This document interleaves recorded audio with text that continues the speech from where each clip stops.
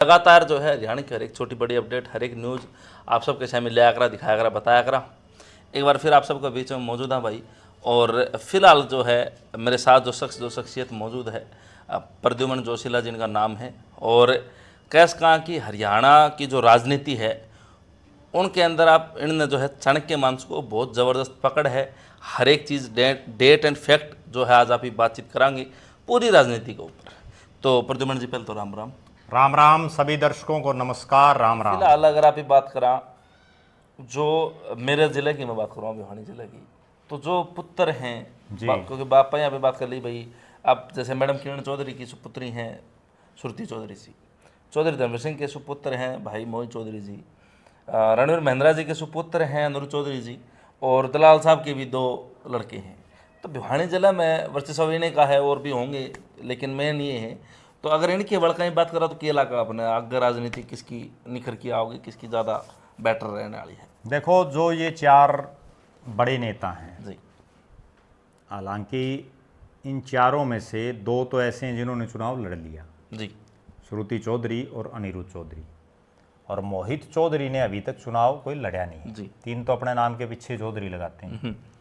और जहाँ तक बात है जयप्रकाश दलाल के लड़कों की, तो वो अपना बिजनेस ज़्यादा संभालते हैं। चुनाव में या कोई एक आध बार जो आशीष दलाल है उनका लड़का, वो कभी कभार सक्रिय हैं। हालांकि दलाल साहब की भी उम्र लगातार बढ़ रही है, तो ये लिहाजा निश्चित है कि उनका लड़का भी कोई ना कोई राजनीति में आएगा। अब दोनों में से कौन सा आएगा वो देखो।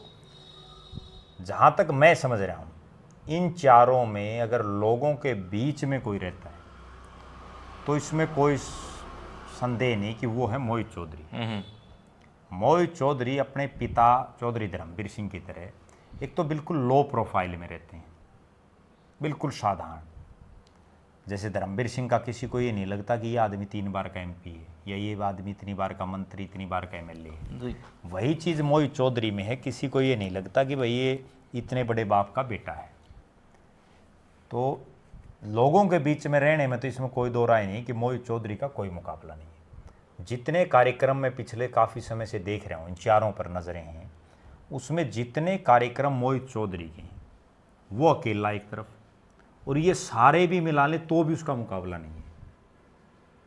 और 9 विधानसभाएं कवर करना, मतलब बिल्कुल बिल्कुल 9 विधानसभा नहीं, वो हिसार और भी काफ़ी जगह जाता है, कई जगह तो मेरे को मिला है। दूसरी तरफ जहाँ तक बात है जयप्रकाश दलाल के लड़कों की, वो केवल अभी तक सिर्फ लोहारू तक सीमित हैं जी। और लोहारू में भी वो केवल तब आते हैं जब जयप्रकाश दलाल यहाँ नहीं होते।